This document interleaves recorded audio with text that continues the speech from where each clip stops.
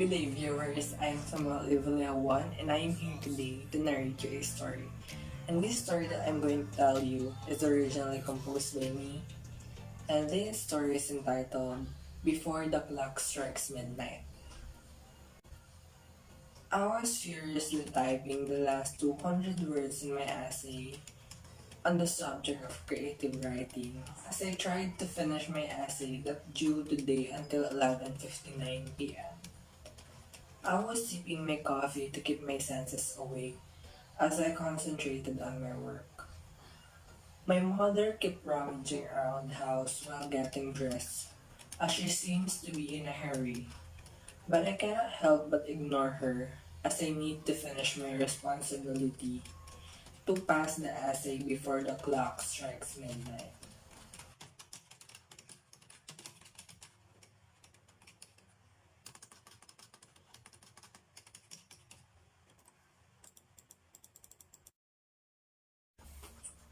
My back began aching as I rubbed my sore spots because I sat in the wrong sitting position.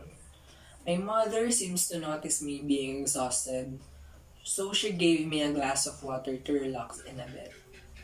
As I gulped down the water, I observed the outfit of my mom. I realized that she was going out, so I looked at the clock and it was almost an hour before the midnight. Azrael, why are you focusing on the device? You need to fill up yourself with food to get yourself energized while doing that productive work. My mother nodded. As we sat in the dining area, I started to eat in silence. I could hear the chairs creeping behind me, and they looked in front of me while my mother was hesitantly looking at me as well.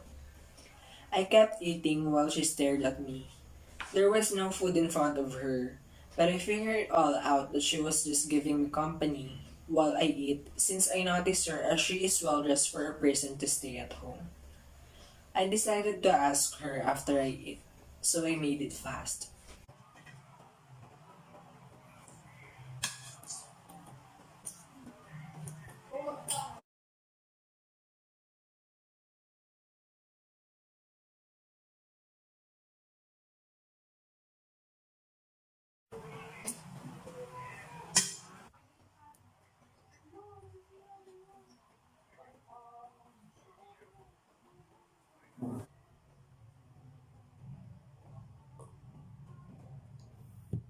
Mother, where are you going?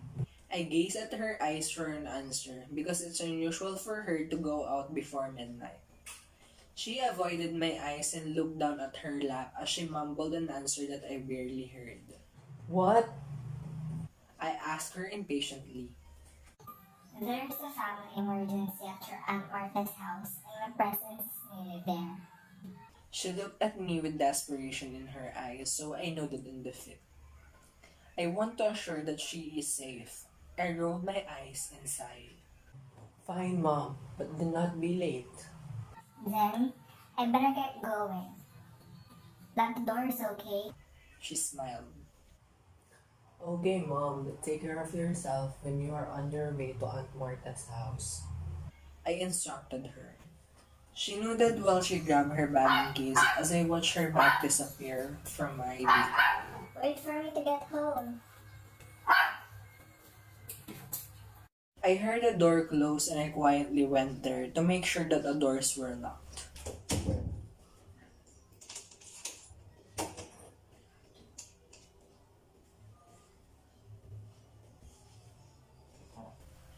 I am alone in the house, but I usually have my cousins with me since they like to study with me while my parents work. I decided to have a fun night and cook noodles while quietly browsing the previous Netflix shows that I am currently rewatching.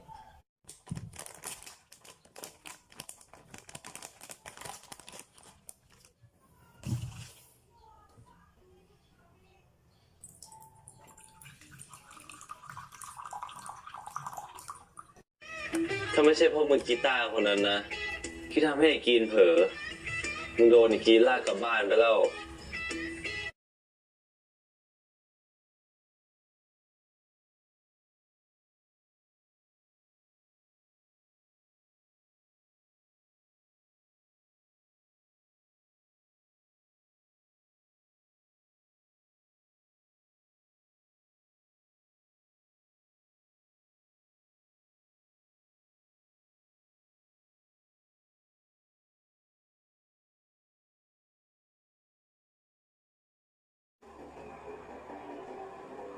กูขนาดนี้กูก็จูบไปลงเลยน่ารำคาญ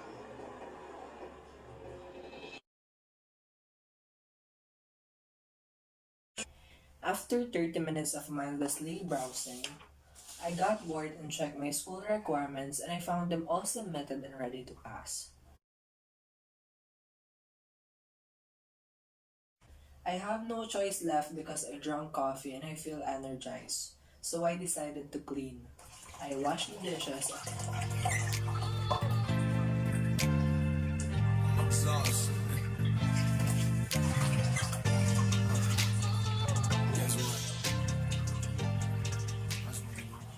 And swept the floor.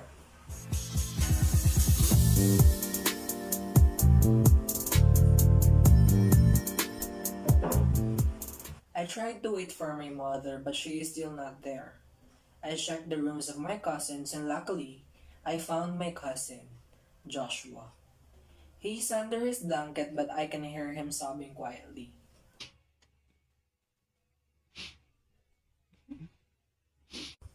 I love my cousins so much.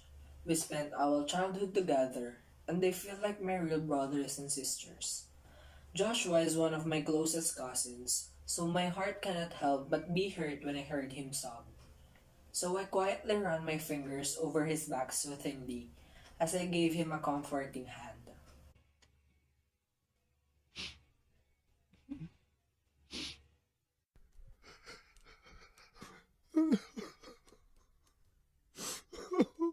What is wrong, Josh? I asked quietly. I heard him roam around his covers and he removed his blanket, and his head was shown underneath it. He looked despondent and his face was full of tears. I failed my major exams in research, Joshua sobbed. I said nothing and let him cry, for I know the pressure behind the failing grades is crucial, since we are in our fourth quarter and we need to take our academic tasks seriously to ensure our grades are good enough to pass. I said nothing but patted his shoulder in comfort as he cried. My mother, Josh said sadly out of I looked at him and he was crying while he was looking nowhere. His mother is Aunt Martha. I tried to connect everything and I remember my mother going to Aunt Martha's house because of an emergency. What's the problem? Did your mom kick you out? I asked. No, I called my mother. That's the problem. He sobbed. Josh, whatever you are feeling, share it with me, okay? I asked. He smiled sadly and mouthed the words, I'm sorry. I nodded in return and he went back under the covers. I was confused by his statement. I kept asking him what happened and what is the problem. But he continued to cry and repeated that his mom called him. I had no choice but to let him cry it out, and I went outside to drink water to calm myself. While I was drinking, our front door opened, and my mother walked in looking stressed and sad. I smiled at her sadly, and I hoped that she comforted Aunt Martha well enough. My cousin Joshua is a good kid. He still has many opportunities to retake, and support is all he needed. I was startled when my mother hugged me while she cried. What happened? I asked softly while I looked closely at my mom's expression, pale and drained of color. At this moment, I was really lost. I wonder if what happened to my mom and Aunt Martha. Son, I need you to listen.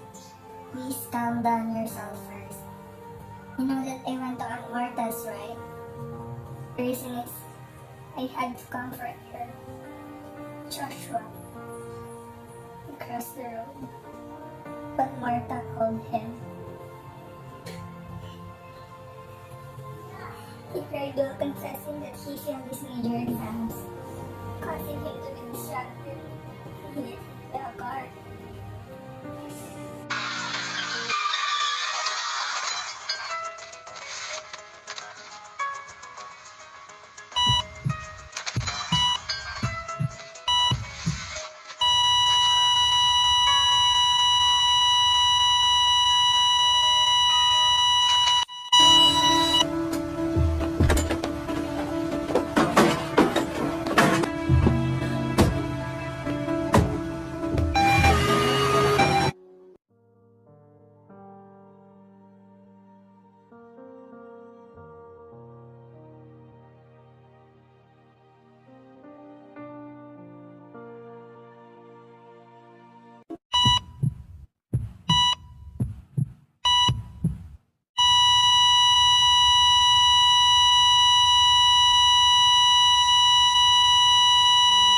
But I was just talking to him earlier. He's at the guest room.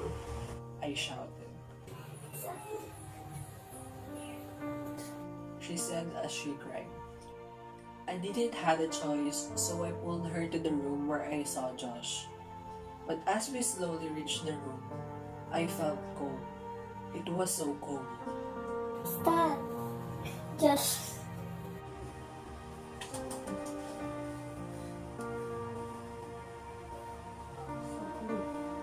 Whatever you are going to say, please don't. I shouted in defeat. Josh is dead. Josh is gone.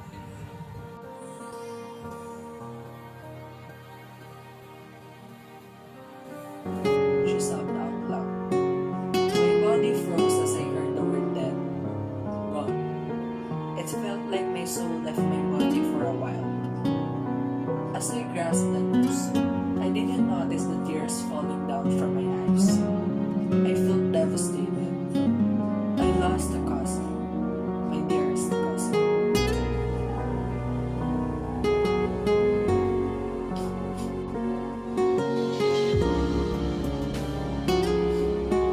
He was too young.